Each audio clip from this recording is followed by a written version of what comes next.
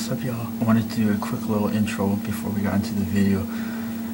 This video you're gonna see right now, I filmed it back in November, so it is a couple months old. I was supposed to add it back in December, but I didn't get around to doing it. So I wanted to post it up for you guys right now to check out. I have an Asian American Studies reflection video that I filmed back in December that I need to post as well, to kind of conclude and wrap up this whole Asian American Studies videos I've been doing. Without further delay, here is my video. So what up, y'all? So this video right here is going to be on the Laos Americans. I'm going to give you a brief history on this specific group, things that you probably didn't know. With this group, there isn't a lot of information. If you take the Chinese, the Japanese, the Koreans, the Asian Indians, the Cambodians, the Filipinos, there's more history with those specific groups, but this is sort of what I've been learning in my Asian American Studies class. I'm kind of sad to see that the class is almost over. I have about 3-4 weeks left, so I'm almost done. So I've been trying to keep up with making these videos right after, learning about a specific group, but I haven't really been doing that. So sort of this right now is sort of makeup day for me right now. So that's why I'm kind of doing all these videos all at once right now. According to the 1990 U.S. Census, there was about 150,000 Laos Americans living here in the States. A lot of these individuals were living in California. They were living in Texas, Oregon, Washington State, and Minnesota. Majority of these people settled in rural areas. The Bay Area, for one, Sacramento, Seattle, St. Paul, and Minnesota. I want to talk about the retention of culture. And if you don't know what retention means, it basically means to keep something that they want to keep. All right. A lot of us Americans, if you ask them, a lot of them will say that they're Buddhists. All right. They have this guide for behavior that they follow. They become monks on the death of their parents. If you don't know what a monk is, then you might want to do your research and find out what that is. It's something that they practice. It's like a religious type of thing. Same thing if you were like Muslim or whatever. You have your own certain things that you have to follow. All right, so that's sort of what it is. I want to talk about the and of course they have to visit their their temples, and then they do their offerings and whatnot. I want to talk about the food right now. The food, they eat sticky rice with their fingers. That's something that they do. They eat papaya salad, and they sit on the floor. With usually in Asian culture, the thing is what they do is that when they enter someone's home, or usually someone's home, they'll take their shoes off, and a lot of these people have this low table. Like they have this low table that's low to the ground. Sometimes there's a pillow that you sit on, other times you just sit on the floor, and that's sort of how you eat your dinner. Even I believe there are some restaurants in Asia, they still do this. They have this thing called a Huquan. Hopefully I'm pronouncing that correctly. It's the calling of all spirits. Laos Americans, they believe that there are 32 spirits, which is really different compared to the Hmong Americans, because they believe there is 3 spirits. From what I've been told. They do this on special occasions. Only on special occasions that they do this. For weddings, graduations, newborns, when someone's born, trips, recovery from an illness. And these ceremonies are usually started by, or they're led by, an older man who does the prayer and whatnot. Not always though, but generally that's how it is. They have other things that they do as well. The tying of string of the wrist, the bonding of participants. Let me talk about the Laos New Year. This happens in around mid-April.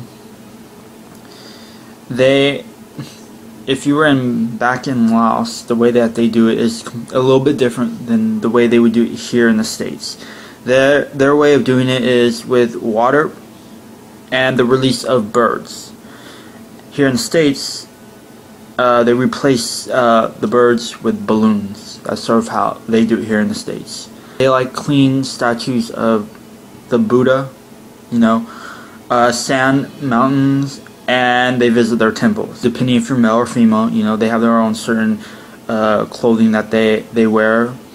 For the women, they wear it's a skirt. It's like a skirt and the shawl. It is referred to as a sing. Alright. A lot of these, if you ask a Laos woman how many outfits that they have, usually they'll have more than the men. The men generally tend not to have any, or they'll have one or two. So, and what the men wear are they wear these baggy trousers. They're referred to as a sim pot, right? And that's what they wear. So respect and manners is a really, really big deal for these individual people, In Asian culture, generally, respect is a really big deal, because they feel that you need to respect your elders, people who are older than you, and you're supposed to do all these things, because they kind of with Asians, they expect more. The parents expect more from them. They want them to do well in school. So it's a really big deal compared to American society. Not saying that everyone is rude and disrespectful, but it's different. I can't really explain it. So with the respect and manners, they have a couple of things that they do is they do the clapping of hands and the bow. This is referred to as a wa. They have a greeting that they do.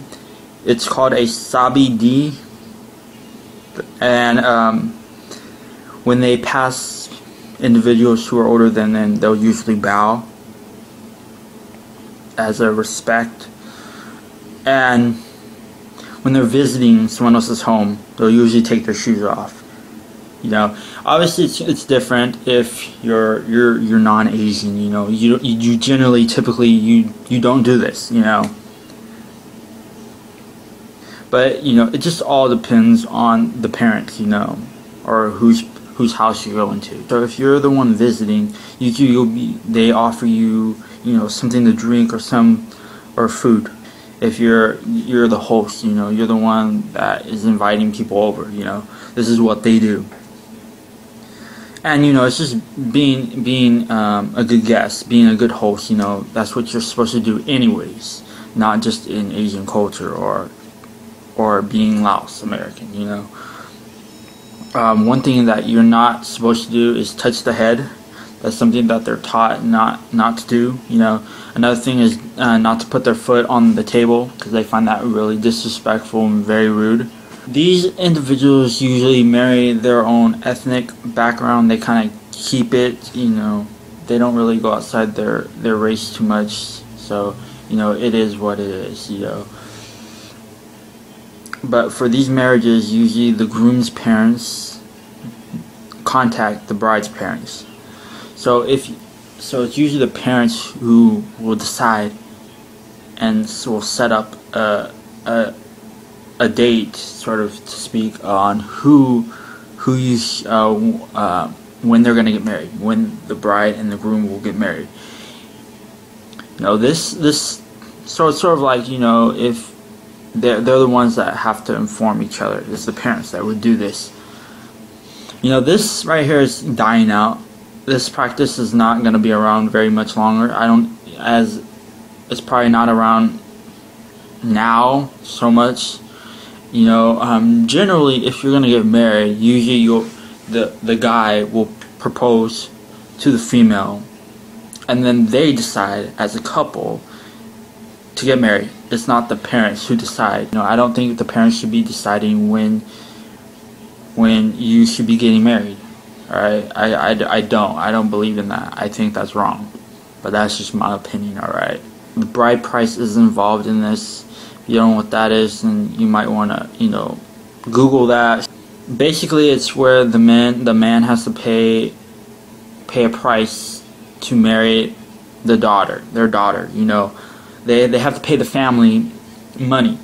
So if they wanted to marry someone outside the race, it'd be a little different, you know. Bride price probably would not be involved. If the woman is of a different race and wants to get married to the guy, then bride price, who is Asian, or Laos for that matter, then bride price would not be involved. Now if it was the guy who wanted to marry the female, then they would have to pay. The women, they get a lot of jewelry, a lot of gold. The females wear traditional clothing when they get married. And also, one thing that the Asian parents expect from the kids is when the parents get old, they expect their children to take care of them when they get older, you know, when they can no longer care for themselves, you know. That's what the Asian kids have to do, you know. If they don't, then, you know, the parents are gonna think that they're ungrateful, they're bad kids. That's about it. Hopefully you learned something. You know, like I've said this time and time again.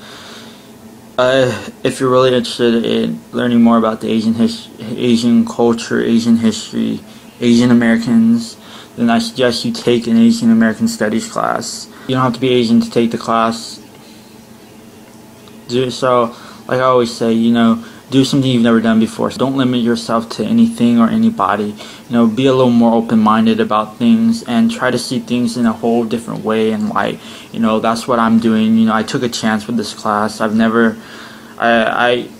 took it for the wrong reasons, obviously, because, you know, I had this thing about Asians. You know, I didn't like Asians, or, you know, I was prejudiced and whatnot. But it's one of those things, like, if you don't understand something, then you're quick to judge it, or you might even make fun of it. But until you understand certain things, then, you know, you're gonna see things in a whole nother way once you understand certain things, and that's sort of what it is. So hopefully you enjoyed this video. I know it wasn't very long. We have a final coming up, and we got this cultural project that I'm working on right now that we have to present to the whole class. So that should be really fun. You know, I'm doing well in the class. My last test I got an A on, and then we've been doing these reading quizzes, been getting A's and B's on that, so I'm doing really well in the class.